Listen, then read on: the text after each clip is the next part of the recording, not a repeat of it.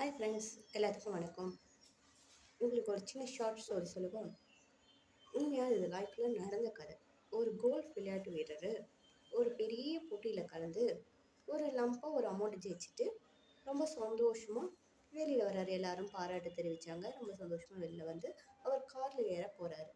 காரில் ஏற போகிறப்போ ஒரு லேடி அந்த கார் கிட்ட நின்று அழுதுட்டுருக்காங்க. அந்த லேடியை பார்க்குறப்பயே ரொம்ப கஷ்டத்தில் இருக்காங்க, ரொம்ப ஏழ்மையில் இருக்காங்க, ரொம்ப சோகமாக இருக்காங்க. நமக்கு பார்க்குறப்ப ஒரு தோற்றத்தில் தெரியும்ல, அந்த மாதிரி அவங்களுடைய தோற்றத்தில் தெரியுது. அழுகுறாங்க.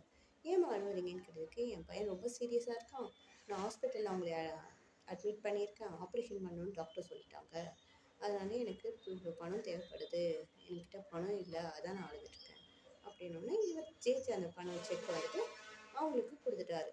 உங்கள்கிட்ட அவங்க ரொம்ப சந்தோஷமாக ரொம்ப நன்றி தெரிவிச்சுட்டு போயிட்டாங்க. இது நடந்து ரொம்ப வருஷம் கழிச்சு சில நாட்கள் ஆயிடுச்சு. திரும்ப அடுத்தது அதே இடத்துல விளையாட வராரு.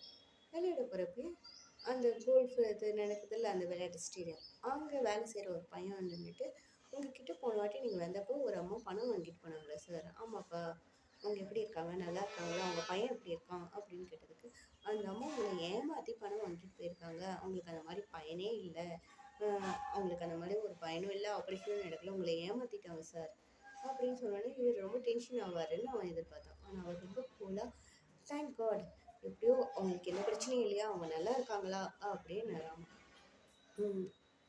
இவனுக்கே ரொம்ப ஆச்சரியமாயிடுச்சா. போய் ஒரு திரும்ப நல்லா விளையாண்டு அதே மாதிரி நிறைய விளையாண்டு இதே மாதிரி எக்கச்சக்கமான பணம் ஜெயிச்சாரு. ஆனால் இந்த பணம் போன பணத்தை நினச்சி இவர் கவலைப்பட்டுக்கிட்டு அழுதுகிட்டு, என்னை ஒருத்தவங்க ஏமாத்திட்டாங்களேன்னு அப்படி நினச்சிருந்தா இவர் ஜெயிச்சிருக்க முடியுமா? போனது போயிடுச்சு. இனி வர்றது நம்ம லைஃப்பில் குட்டாக நல்லா தான் நடக்கணும். அந்த மாதிரி